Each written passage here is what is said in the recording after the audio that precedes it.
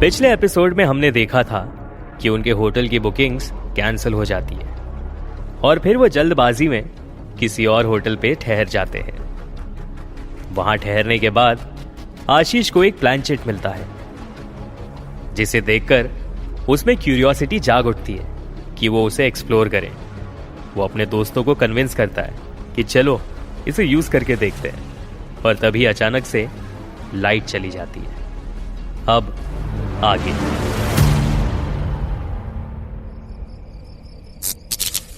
यार, ये भी अभी होना था, राज कहता है। इतने में मनीष कहता है, मूड बना यार, माहौल अपने आप बन जाएगा। तभी अचानक दरवाजे पर दस्तक होती है। ये लो साहब, ये आइस है और ये कैंडल्स, मैं जनरेटर चला कर आता हूं। इतना कहते हुए सर्विस बॉय निकल ही रहा होता है कि पीछे से निखिलेश उसे आवाज देता है, अरे वो चिकन और सैलेड। सर्विस बॉय जवाब में कहता है, जनरेटर चला के चिकन और वेजिटेबल सैलेड भी बस 5 मिनट में लाता हूं सर। और सर्विस बॉय ये कहने के बाद वहां से निकल गया। वो लोग अपना पैक बनाते हैं। आशीष कैंडल को उस प्लानचेट के पास रख देता है। ये देखने के बाद मनीष आशीष से कहता है, क्या कर रहा है तू, मानेगा नहीं ना? आशीष जवाब में कहता है, क्यूरियोसिटी हो रही है यार बहुत। आज तक ये सब कुछ मैंने सिर्फ मूवीज में ही देखा है और आज ये मेरे सामने है। निखिलेश इंटरप्ट करता है, हाँ तो अरे ट्राई करके देखते ना एक बार, आशीष जवाब में कहता है। आशीष अपने दोस्तों को कन्विंस करने में लगा रहता है कि उन्हें उस प्लानचेट को यूज करना चाहिए, लेकिन उसके दोस्त उसे ये करने से रोक रहे होते हैं। वो नहीं चाहते थे कि इससे उनकी पार्टी किसी कारणवश खराब हो, या फिर सही भाषा में कहें तो वो नहीं चाहते थे कि उनकी किसी हरकत से कोई अनहोनी हो।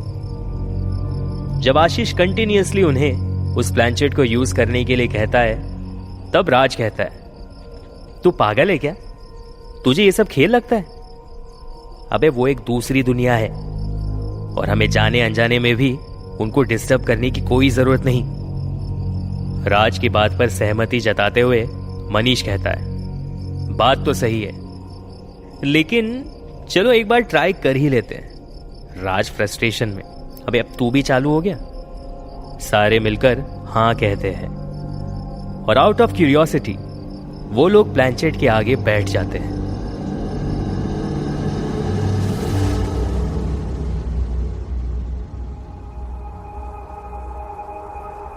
मनीष कहता है, एज पर गूगल हमें एक दूसरे के साथ इस प्लानचेट के सामने बैठना है और अपनी उंगली प्लानचेट पर रखनी है, कैंडल को सेंटर में रखना है। दिस इज सो कूल, आशीष कहता है। मनीष सबसे पूछता है, रेडी गाइज? और सारे लोग साथ में यस कहते हुए जवाब देते हैं। इतने में विनोद पूछता है, अबे ये तो बताओ करना क्या होगा? आशीष जवाब देता है, अरे वो देखा नहीं क्या मूवी में? अरे कैंडल को सेंटर में रख के ऐसे प्लानचेट के एज पर उंगली रख के बैठना होता है और फिर हमें बोलना होगा, अगर हमारे आसपास कोई आत्मा है और हमें सुन रही है तो हमें इशारा करो। इतने में निखिलेश कहता है, तू तो साला ऐसा बोल रहा है जैसे ये तेरा रोज का काम है। आशीष, अरे नहीं, मूवी में ऐसे ही कुछ दिखाते हैं रे। इतने में राज कहता है, अरे वो सब ठीक है, इशारा मिलने के बाद क्या, जस्ट इन केस अगर कोई आत्मा आ जाती है, वो इशारा करती है तो उसके साथ करना क्या है? मनीष भी सहमति जताते हुए कहता है, बात तो सही है, अननेसेसरीली ये सब नहीं करना चाहिए। निखिलेश भी सहमति जताते हुए कहता है, आई एग्री। इतने में राज कहता है, मैं कोई भी काम पॉजिटिव और नेगेटिव सोचते हुए करता हूं, चाहे अंजाम कोई भी हो। हमें मेंटली, एटलीस्ट मेंटली प्रिपेयर होना चाहिए। It make sense to me, Manish कहता है। आशीष कहता है, अरे है कुछ सवाल, हम पूछ लेंगे, एक बार करके तो देखो। अब ये जरूरी थोड़ी कि कोई आए।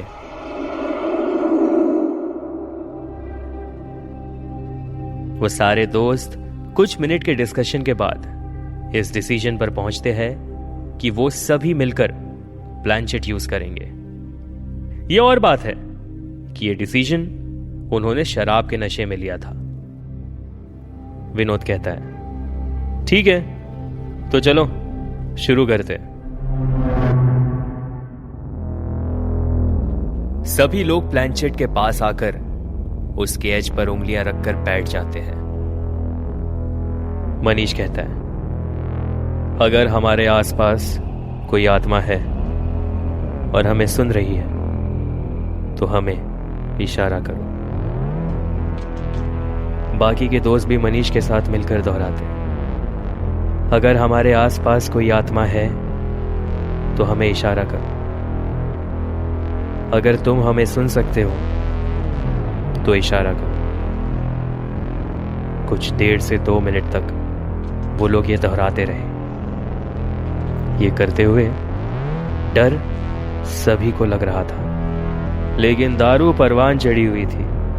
कुछ देर बाद जोर से बिजली कड़कती है।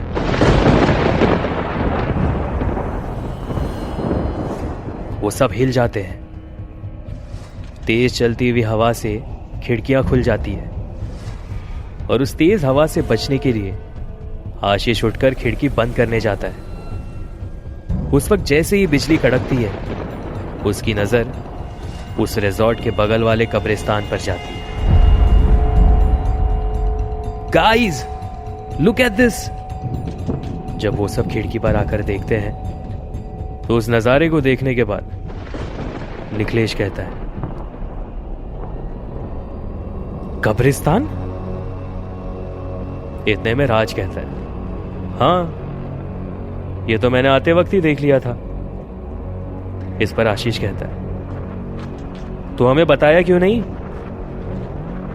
राज जवाब देता है, अरे आई थॉट तुम लोग यहां स्टे के लिए ना बोल देते तो हम होटल ढूंढने कहां जाते यार। इतने में मनीष कहता है, देखा तो मैंने भी था, पर मैंने भी सोचा कि ऑलरेडी इतना लेट हो गया था तो और कहां जाते। इतने में निखिलेश कहता है, ठीक है ज्यादा सोचो मत। आशीष, क्या हुआ? प्लानचेट से आसपास की आत्माओं को बुलाना है तुझे? आशीष, नहीं अब नहीं, यहां तो पूरा कब्रिस्तान है, ये सब करना ठीक नहीं होगा। इतने में दरवाजे पर दस्तक होती है। दरवाजा खोलने पर सर्विस बॉय चिकन और सैलेड लेकर आता है। उसे देखते ही निखिलेश कहता है, तुम्हारे मालिक ने यह रिजॉर्ट कब्रिस्तान के इतने नजदीक क्यों बनाया? सर्विस बॉय जवाब देते हुए कहता है, अब क्या बताएं साहब, सब पैसों का खेल है। मनीष उससे पूछता है, सीन क्या है? सर्विस बॉय जवाब देते हुए कहता है, पैसा कभी कभी इंसान की आंखों पर पट्टी बांध देता है और उसे सही और गलत की जगह प्रॉफिट एंड लॉस दिखाई देता है। राज बीच में इंटरप्ट करता है, अरे साफ साफ कहो, क्या हुआ था? सर्विस बॉय जवाब देता है, इस वक्त हम जिस रिजॉर्ट पर मौजूद है, जिस जमीन पर यह रिजॉर्ट खड़ा है, वो जमीन भी कब्रिस्तान हुआ करती थी। ये सुनते ही आशीष कहता है, क्या बात कर रहा है? इतने में निखिलेश कहता है, लेकिन कब्रिस्तान पर रिजॉर्ट बनाने का ऑर्डर किसने पास किया? जवाब में सर्विस बॉय कहता है, मैंने कहा था ना, सब पैसों का खेल है। इस पर राज कहता है, सैड यार, रियली वेरी बैड। इतने में मनीष कहता है, इंसान जिंदा हो या मुर्दा, कहीं भी उसे कोई चैन से रहने नहीं देता। सर्विस बॉय कहता है, अगर आप वहां होते तो क्या आप लोग इसके खिलाफ आवाज उठाते? जवाब में आशीष कहता है, ऑफ कोर्स उठाते, और हमें यह भी पता है कि कोई हमारी नहीं सुनता। तब भी आवाज उठाते। सहमति दिखाते हुए विनोद भी कहता है, सही के लिए आवाज उठाने के लिए हमें डरना और शर्माना नहीं चाहिए। उनके जवाब सुनने पर सर्विस बॉय कहता है, काश कि वो लोग भी आप ही की तरह सोचते हैं। मनीष के दिमाग में एक सवाल उठता है और वह सर्विस बॉय से पूछता है, कौन लोग? सर्विस बॉय की बातें सुनकर विनोद ने भी पूछा, तुम किसकी बात कर रहे हो? निखिलेश को पता था कि यह बातें बहुत लंबी चलेगी। निखिलेश सर्विस बॉय से कहता है, अरे सुनना, तू भी एक पैग मार ले हमारे साथ। अरे यार, आइस खत्म हो गया। यह सुनते ही सर्विस बॉय कहता है, मैं जल्दी से आइस लेकर आता हूं। सर्विस बॉय आइस लेने जाता है और तभी लाइट आ जाती है। ये सारे दोस्त खिड़की पर खड़े होकर उस कब्रिस्तान की ओर देखते हुए स्मोक अप कर रहे होते हैं कि इतने में निखिलेश पूछता है,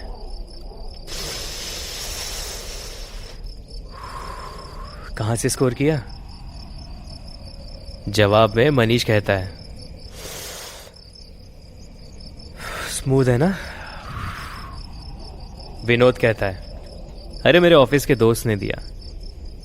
कुछ देर बाद आशीष कहता है, अच्छा हुआ तू ये लेके आया। वो सारी बातें सुनकर मुझे अच्छा नहीं लगा। वो ये कह ही रहा था कि दरवाजे पर दस्तक हुई। सर्विस बॉय चिकन और वेजिटेबल सैलेड लेकर आया और आते ही उसने उनसे कहा, माफ करना साहब, मुझे देर हो गई। वो क्या है ना, जनरेटर का डीजल खत्म हो गया था, मैं वही लेने गया था और उसमें देर हो गई। सारे लोग कंफ्यूज होकर उस ऑफिस बॉय की ओर देखते हैं और विनोद सर्विस बॉय से कहता है, तुम क्या बोल रहे हो? और मनीष भी सर्विस बॉय से कहता है, तुम तो यहां बैठे थे, डीजल लेने कब गए? उसी बीच निखिलेश भी सर्विस बॉय से कहता है, हाँ, मैं तुम्हारे लिए पैक बना रहा था, आइस खत्म हो गया था तो तुमने कहा कि तुम आइस लेकर आओगे। सहमति दिखाते हुए राज भी कहता है, अरे हाँ यार, एग्जैक्टली ऐसे ही। उन सब की बातें सुनने के बाद सर्विस बॉय जवाब में कहता है, नहीं साहब, आप मजाक कर रहे हो, मैं तो अभी आया हूं।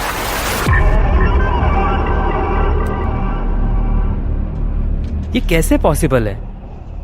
राज की कुछ समझ में नहीं आ रहा था। राज भी कहने लगा, वेट अ मिनट, अगर तुम अभी आए हो तो फिर वो कौन था जो इतनी देर से हमारे साथ बैठा था? सिचुएशन को देखते ही मनीष भी कहने लगा, साला इतनी भी नहीं पिया हमने।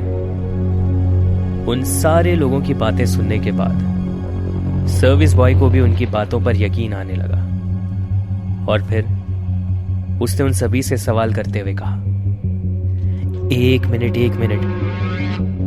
कहीं आपने वो आत्माओं से बात करने वाली शीट का इस्तेमाल करने की कोशिश तो नहीं की? सर्विस बॉय की ये बातें सुनकर सब चुप हो जाते हैं, मानो जैसे कि उन्हें कोई सांप सूंघ गया हो।